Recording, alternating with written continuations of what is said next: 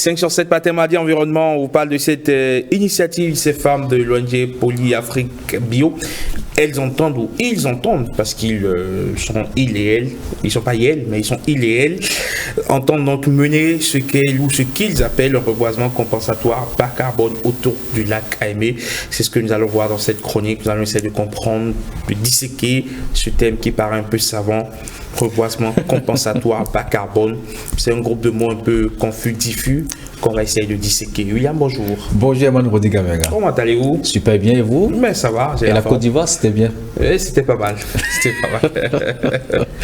Merci beaucoup à vous, Martin Savaillon. Nous recevons deux responsables de l'ONG Poly Afrique Bio, une ONG qui s'investit depuis quelques années dans le repeuplement du couvert végétal. Et il y a quelques temps, elle a jeté son dévolu sur la préservation de nos reliques forestières de mangroves à travers l'initiative, vous l'avez dit, reboisement compensatoire bas carbone de 100 000 pieds de palétuvier sur le lac Aimé de Pomassé à Comé. C'est quand même long, hein? Oui, bonjour Madame Paulette Achade Savimbi. Le nom, ça vous dit quelque chose? Bien sûr, on l'a déjà reçu plusieurs fois par ici. Ah oui, c'est vrai. Ah ouais. Sur 5 sur 7 matin. C'était la présidente de l'ONG Poly Afrique Bio. Bonjour. Merci d'être là. Merci. À vos côtés, Chilano Karel Akpata, c'est bien ça? Oui, bonjour monsieur. Vous êtes le secrétaire général de cette ONG. Oui, c'est exact. Alors, c'est vrai que Poly Afrique Bio, ça fait déjà quand même combien d'années déjà? Ça fait 3 ans déjà. 3 ans déjà. Oui. Et déjà 3 ans, beaucoup de plans mis en terre. Beaucoup de plans mis en terre. Nous sommes déjà, si je quantifie, rien que pour les mangroves, nous sommes déjà à plus de 45 000 mangroves. 45 000 plans. Et ça, c'est en 2 ans. En 2 ans. Oui. On a fait d'autres reboisements. Il y a tout premier à Lokosa, plus de 5 000. À Natitengou, les plants fruitiers, plus de 200. Ouais.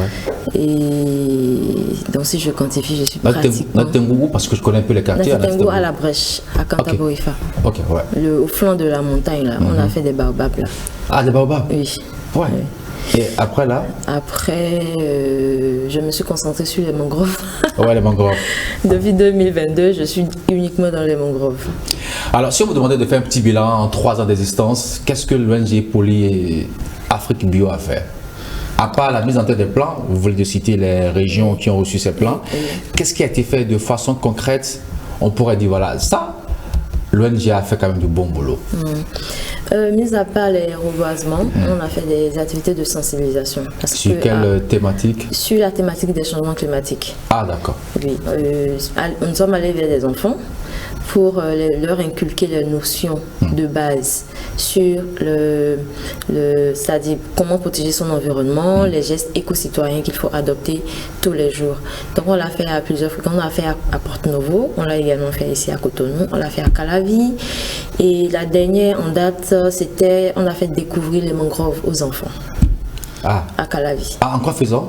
Oui, nous sommes allés avec des photos, nous sommes allés avec des mots et on leur a expliqué ce que c'était et pourquoi est-ce qu'on devait les protéger.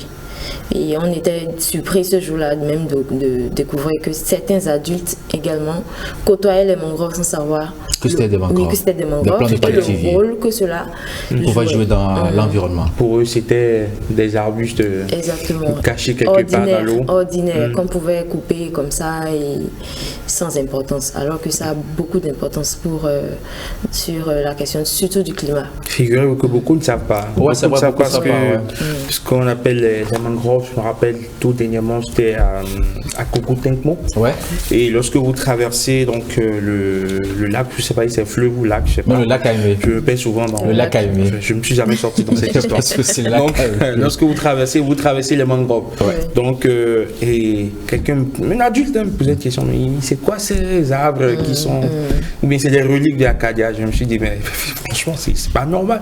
Tu peux pas à ton âge me demander, c'est ce qu'on appelle une mangrove. Il dit, ah bon, bah écoute, je suis pas géographe. Il dit, mais on n'a pas besoin d'être géographe pour connaître ça. C'est ce qu'on appelle la mangrove. Ça sert de reproduction pour les plantes. Ça permet de capter. C'est de frayer pour les ressources halieutiques. Ça capte également le CO2. Donc, ça capte 12 fois de CO2 que les forêts naturelles. Évidemment, à ce moment précis, j'ai fait mon grand cours magistral donc, sur les mangroves. Sur les mangroves et j'en étais fier. Ah ouais, là, merci beaucoup. Alors, je reviens à toi, Karel, à Pata. Ça veut dire que les enfants vont vers les mangroves, quelle est d'abord leur première idée? Merci beaucoup. Lorsque les enfants vont vers les mangroves, leur première idée c'est mais qu'est-ce que c'est? Ils se disent mais ça existe. Enfin, ils n'ont pas la notion d'une espèce ou bien d'une forêt qui existe et qui stocke une grande capacité de CO2. Donc ils sont tout émerveillés et contents de comprendre et d'apprendre ce que c'est qu'une mangrove. D'abord, quand on voit le plan avec les racines qui sont presque... les racines échassent. Les chasses, ouais, exactement. Oui, voilà, donc ils se disent, mais... ce sont les racines échasses qui leur permettent de respirer, qui permettent aux mangroves de respirer. Donc, quand on l'explique, on leur dit, mais voilà comment ça se passe, on dit, mais waouh, voilà. Vous avez pu impacter combien à peu près? Parce que je me dis, si on donne ces notions à ces enfants, demain c'est eux qui vont diriger ce pays. Ils vont mieux comprendre, ils pourront mieux prendre soin de cet écosystème. Bien sûr, nous sommes à plus de 500 enfants qu'on a côtoyés depuis 2021. Et cette année, nous sommes en train d'instituer un programme pour aller plus loin. C'est-à-dire, nous avons, si vous me le permettez, nous avons créé un programme de sensibilisation au changement climatique. Manuel de sensibilisation sur les changements climatiques. Voilà. Mais il y a une question que je pose aux gens. Quand on parle de changement climatique, il y a très peu de gens qui comprennent la chose. Comment est-ce que vous vous y prenez? Déjà, il faut savoir que c'est un domaine très vaste. Ouais. Très, très vaste. Et dans ce domaine-là, il y a plusieurs spécialités. Et moi, ayant découvert ce domaine, je n'ai pas... Pour mieux le comprendre, je suis allée chercher les thèmes techniques, les thèmes qu'on rencontre régulièrement, qui aussi peut orienter certains dans les initiatives qu'ils peuvent prendre. Donc, étant donné que c'est un domaine vraiment vaste, j'ai voulu s'y concilier. Pour cette première édition, j'ai choisi uniquement 12 thèmes. Quels sont les thèmes qui sont à l'intérieur? Voilà, vous permettez que je vous le lise. Donc, le premier thème, c'est changement climatique. Qu'est-ce que le changement climatique? Le deuxième, c'est quoi la biodiversité? C'est quoi? Qu'est-ce qu'une mangrove? Quel est le rôle des océans? Qu'est-ce qu'un puits carbone? Vous expliquez tout ceci? Oui. Pour que les enfants puissent comprendre. Voilà. Dans un français très facile. Vraiment, oui, facile à comprendre. Qu'est-ce qu'un puits carbone? Qu'est-ce qu'une compensation carbone? Voilà. Quelle est la réalité? Enfin, il y a une vidéo que j'ai mise là-dedans, que j'ai insérée là-dedans, pour projeter les gens c'est-à-dire dans un monde où nous avons vraiment dépassé les 2% de degrés Celsius. Alors, on va tous fondre. Hein. Voilà. Donc ici, le cas est vraiment alarmant. C'est pas si Man se dit, si la température arrivait à dépasser ce que nous avons là actuellement. Déjà que là actuellement, depuis quelques semaines, c'est invivable, c'est insupportable. Et c'est une réalité partagée par presque tous les pays, je vais dire de la côte, du corridor Abidjan-Lagos. Parce que quand j'étais à Abidjan aussi, c'était pareil. Il faisait extrêmement chaud. Et il y a une réalité que j'ai observée là-bas, c'est que presque tout le monde a un climatiseur accroché à sa chambre. Et lorsque vous voyez le concert donc, des climatiseurs, quand ça démarre toute la journée, mais c'est parti alors que la fourniture d'énergie électrique n'est pas très stable. Donc, et justement, cette énergie est fournie par quoi? Par l'énergie fossile. Alors là, ça veut dire qu'on n'est pas encore à la fin. Donc en fait, on est en plein dans la pollution à volo, en fait. Dans la pollution à volo. Donc je continue. Allez-y. Au 8e, qu'est-ce qu'une tourbière? Et quel est le lien entre les déchets et les changements climatiques? Quel est le lien entre les énergies et le changement climatique? Quels sont les impacts et les conséquences de la pollution plastique? Et en dernier lieu, quels sont les rôles et utilités des négociations climatiques? Alors, dites-moi, comment est-ce que le choix de ces différentes thématiques ont été faites? C'est par expérience. C'est par expérience.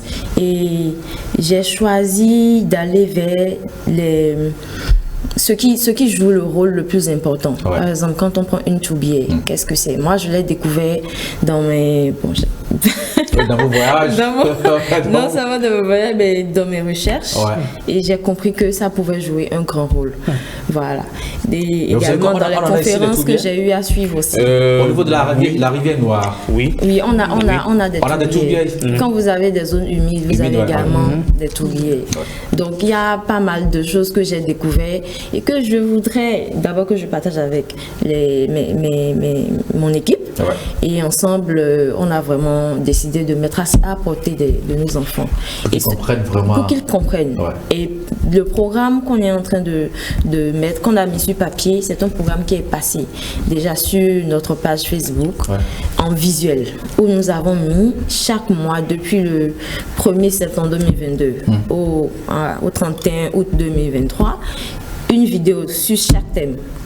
Chaque mois, chaque premier du mois. Le problème, c'est que tout le monde n'est pas sur Facebook. Voilà, tout le monde n'est pas sur. Surtout les zones rurales, il faudrait qu'on aille leur montrer. Et ça, nous, on ne connaît pas Facebook là-bas. On a prévu même de leur offrir.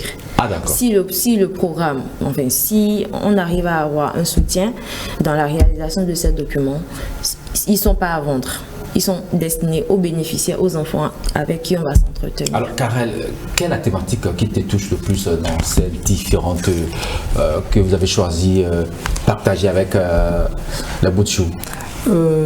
C'est surtout qu'est-ce qu'un puits carbone? Dites-nous, c'est quoi un puits carbone? C'est pas une question quoi là? Oui, bien sûr. Un puits carbone, c'est un processus qui permet de stocker la chaleur dégagée, soit par procédé chimique, soit par stockage direct. Comme puits carbone, on peut citer une tourbière, par exemple, et les mangroves également, les forêts amazoniennes, même l'océan, puits carbone. Tout à fait. Mais là, si vous trouvez les mots justes pour l'expliquer aux enfants, alors là, je suis sûr qu'ils comprendront facilement. Parce que dans le programme, on n'a pas toutes ces explications, on n'a pas toutes ces thématiques. Certes, on fait la géographie à l'école, mais ça ne suffit pas pour comprendre tout ceci. Mais je me dis aussi en réalité qu'en fonction ou en raison des contingences du moment, des réalités du moment, on peut quand même réadapter le programme en géographie, les curricula de formation, en intégrant justement ces thèmes d'actualité pour que les gens puissent comprendre l'enjeu de ce qui se joue aujourd'hui. Quand on parle de coop, quand on parle, de négociation climat, pour que les enseignants eux-mêmes déjà soient formés, pour expliquer aux apprenants ce qui se joue. Parce que vous prenez aujourd'hui beaucoup d'apprenants, vous leur parlez de coop, ils n'en savent absolument rien du tout. Ils s'en foutent limite, ça ne les intéresse pas. Mais on continue quand même de leur parler de, de forêt, de la dépression de la lama. Ok, c'est d'accord, il faut connaître la géographie du pays, mais il faut connaître aussi l'actualité. C'est vrai, l'actualité. En ce qui concerne le changement climatique. Avec ce que moi je vois là, la tâche, elle est immense. Comment comptez-vous prendre? Parce que là, est-ce que vous avez déjà ciblé les écoles dans lesquelles vous allez descendre? Si. On a déjà planifié, puisque nous avons sorti notre PTA. Donc on a prévu, si les choses se déroulent comme on le souhaite, aller vers le nord. Parce que nos activités sont beaucoup plus concentrées sur le sud et on n'a fait qu'une seule activité dans le nord, à Nati-Tengu. Donc on voudrait aller vers Sinandé, Banikwara et toucher les enfants, ceux qui n'ont pas accès à Internet et aller vers eux. Et il n'y a pas que les enfants, parce que ce document est utilisé par des adultes. C'est sûr que si moi je pense ça, il y a beaucoup de choses que je vais apprendre de travers ça, c'est clair. On ne fait pas d'apprendre justement. C'est ça. Alors, revenez maintenant par rapport à votre initiative reboisement compensatoire bas carbone de 100 000 plants de palétuviers. Tout à l'heure, Emma disait que c'est un ensemble de mots touffus, confus. Il veut mieux comprendre. Ok, déjà, c'est 100 000 palétuviers, reboisement compensatoire bas carbone. Nous visons, je vais pas encore en créer un autre. Nous visons la neutralité carbone, c'est-à-dire avoir l'équilibre entre ce qu'on émet comme gaz et également les projets qui viennent détruire ces gaz émis dans l'environnement. D'où reboisement compensatoire. Compensatoire, pourquoi? Parce que j'émets et je travaille pour neutraliser. Donc, je compense Mon empreinte carbone. Tout être humain émet des gaz à son empreinte carbone dans l'environnement tous les jours. Vous voulez dire qu'avec les 100 000 pieds, on pourrait quand même réduire un peu tout ce que nous avons émis comme gaz à effet de serre? C'est même pas un peu, on pourrait réduire beaucoup.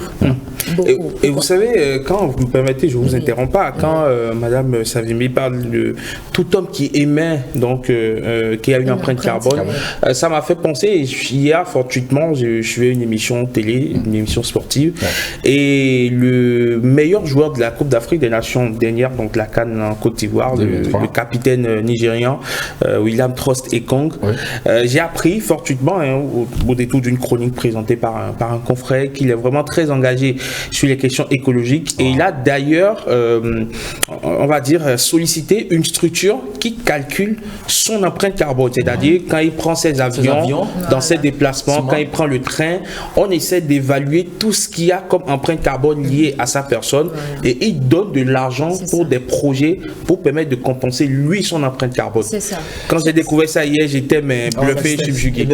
Émerveillé. C'est exactement l'idée en fait. Moi j'ai demandé et même la chaussure, les paires de crampons qu'ils portent, ce sont des paires de crampons écologiques, donc réutilisables. C'est exactement le projet. Je me dis, si à cette étape, lui qui est une star du football peut impacter d'autres stars du milieu, ce serait bien toutes les sociétés qui émettent beaucoup de si chacune de ces sociétés peuvent comprendre cela. Surtout que il y a toute entreprise depuis un moment doit prévoir dans son plan une marge pour l'environnement. Voilà. Donc on se dit ces gens ne sont pas forcément. Il y a une technologie pour désigner ça. On parle de c'est pas moi, j'ai oublié le terme qu'on utilise quoi, pour permettre aux sociétés quoi, qui émettent, mais quand même je la RSE, la responsabilité sociale et environnementale, sociétale aujourd'hui, environnementale des entreprises. La RSE, exactement. Donc toutes ces personnes-là, toutes ces entreprises qui ne sont pas forcément spécialistes dans l'environnement peuvent s'associer à ce projet-là. Parce que c'est un projet de 3 ans, lancé l'année dernière en 2023, donc c'est la deuxième année. Cette année, 2024. Donc, nous avons en 2022-2023, on a fait sur les 100 000, 40 500. Donc, l'année dernière, on a l'obligation. Le plan que vous avez mis en tête, vous savez, souvent, quand on met en tête les palétiviers, c'est souvent difficile à entretenir. Oui, bon, j'ai vu l'exemple de l'ONG Crédit, pas Crédit, oui, c'est ça, Crédit ONG Awida. C'était pas facile. Non, Action Plus Awida, Action Plus Awida. Ils ont mis en tête des plans de palétiviers, mais très vite, quand l'eau est montée, tout est. C'est ça, c'est parce qu'il faut savoir à quelle période planter les mangroves. Parce qu'en période de haute marée, c'est pas possible. Quand vous le faites dans cette période, ça meurt obligatoirement. Mais vous devez le faire en début d'année, c'est-à-dire janvier, février, mars au plus tard. Vous avez terminé. Donc, et pour les 40 000 pieds mis en terre, tout a grandi ou bien il y en a? Non, il n'y a pas de résultat 100% dans les reboisements. Mais on espère que la majorité, qu'on aura un résultat, même si c'est à 90%, c'est que c'est un grand succès. Et la chance que nous avons, qui me fortifie moi, qui m'encourage, c'est que nous sommes en face d'une équipe vraiment engagée. Et c'est une équipe, c'est-à-dire c'est eux-mêmes les bénéficiaires. On les a inclus dans le projet, c'est eux qui fournissent, que ce soit le plan jusqu'à la plantation, le suivi et l'entretien. Donc, quand les choses se font dans le temps qu'il faut, il n'y a pas de problème pour le suivi. Mais non, vous avez choisi, non, je vous coupe pas, allez-y. Mais non, là où ça peut être compliqué, c'est quand il y a les feux de brousse. Par rapport au suivi. Parce que de l'autre côté, vous savez, c'est des gens qui vivent des produits halieutiques. Donc le crabe, surtout le crabe. Et le crabe, pour les sorties, il faut mettre le feu de l'autre côté et aller les guetter. À la sortie. Donc c'est surtout ça qui nous pose problème. Il faut réaliser des pare-feux. Et ces pare-feux coûtent extrêmement cher. Et ça demande un moyen humain non négligeable. Et donc, nous sommes limités dans nos moyens. Et bon, on essaie de les solliciter du mieux qu'on peut. Et ils font ce qu'ils peuvent. Mais ce n'est pas toujours évident. L'année dernière, je suis sur un plateau, mais je le dis parce que c'est une réalité. On a failli perdre quelqu'un comme ça. Parce qu'ils ont mis feu la nuit. Et nos éléments se sont jetés à l'eau. Donc, dans la foulée, le vent, il a failli partir. Heureusement qu'ils étaient en groupe. Sinon, c'est fini. Alors que si on avait un pare-feu, si on avait réalisé un pare-feu le long du lac où on a planté, parce qu'il faut faire les pare-feux juste derrière les plantations pour les protéger, pour isoler le feu. Oui. Si on avait ça, il ne serait pas en train de... Il ne se jetterait pas à l'eau comme ça pour aller éteindre. Voilà. Donc c'est le danger du... Alors, M. Kota, vous avez choisi de le faire au niveau de Komassé jusqu'à Komé. Oui. Quel endroit précisément? Ça prend en compte aussi là où elle m'en disait tout à l'heure, en voulant traverser le pont. Gogo-Tengpon, oui. Oui. Ça prend la zone. Oui. Et quel est l'avis des populations par rapport à cette initiative? Les populations sont très enthousiastes et ils sont contents parce que les mangroves, comme l'a dit la présidente, constituent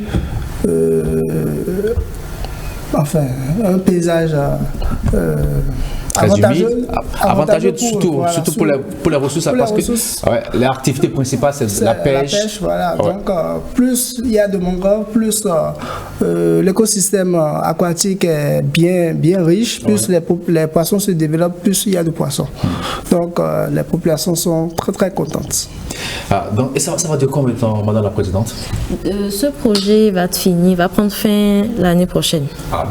2025. Et cette année, on a eu énormément de mal pour mobiliser les ressources, surtout financières. Donc, parce qu'il faut acheter les plants. Il faut de moyens. Oui, il faut énormément de moyens. Mais vous ne vous êtes pas rapproché de certaines structures étatiques pour vous aider? Si. On a envoyé des lettres pour informer. Vous attendez que ces structures réagissent. Réagissent, ce qui n'est pas encore, la promptitude n'y est pas encore. Mais bon, on essaie également d'avoir des audiences pour faciliter les choses.